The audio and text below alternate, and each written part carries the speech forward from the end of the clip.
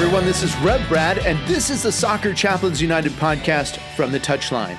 Today's podcast is part of our Lesson from Lasso series, and regular listeners know by the sound of that tune, you can skip ahead a minute and get into the pod for the day.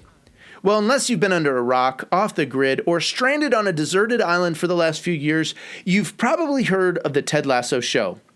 And after being around professional football for so many years as a chaplain, I thought I would offer a chaplain's perspective on what we see on the screen.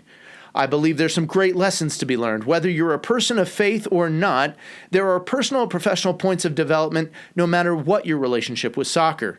Athletes, coaches, staff, executive, even fans of the beautiful game will hopefully find the next few minutes creative, challenging, and encouraging for all of us at the same time.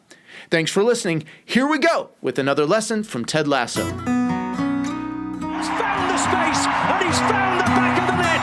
Just a little off foot, thinking he's going to go far post. Not strong enough with his right hand. Whips that one in. Far post, almost made him ends, and they have. He has the hat-trick. The second in his career. The third of the night.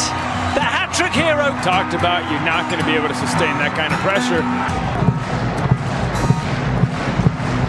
To the corner, goes towards the near post, and you're on the angle, and what a goal! In today's lesson from Lasso, we watch as Coach Lasso and Coach Beard take in a moment after a pivotal win. They've come back from being 2-0 down. Lasso has benched superstar Jamie Tart early for the sake of team camaraderie and cohesion. But Lasso's hunch has paid off as the final and game-winning goal comes from the efforts of two players working together, not playing in isolation. The crowd chants, but it's that surly word that's been used of Lasso before. However, Coach Beard notes it's different. To which Lasso replies, yeah, kind of like back in the 80s when bad meant good, right? I grew up in the 80s. I remember what Lasso is talking about. The language shifts, the influences were seismic, seemingly.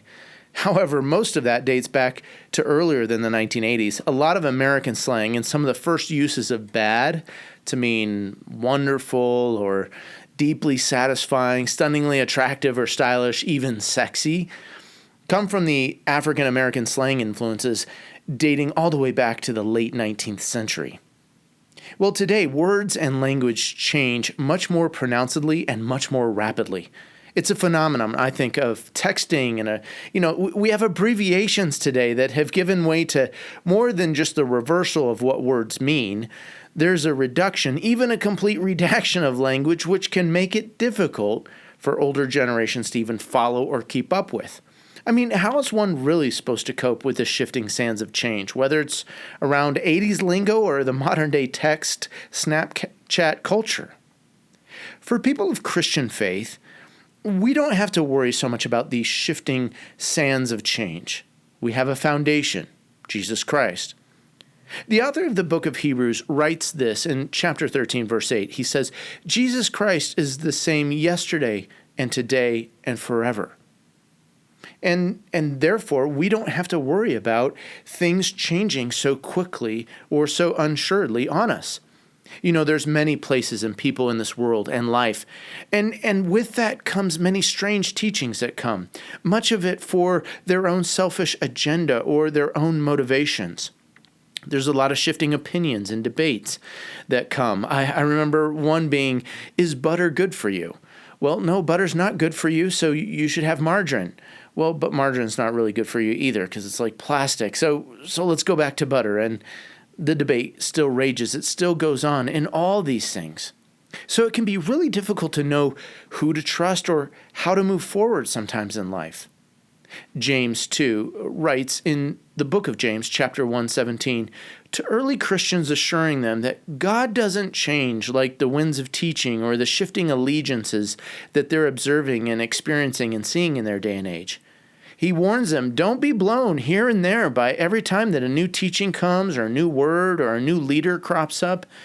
God is constant, stable, not fickle. And really, for our beloved Coach Lasso, we are witnesses to the fickleness of the fans. Maybe there's still some discontent here with our AFC Richmond friends that they have an American coach leading their beloved team.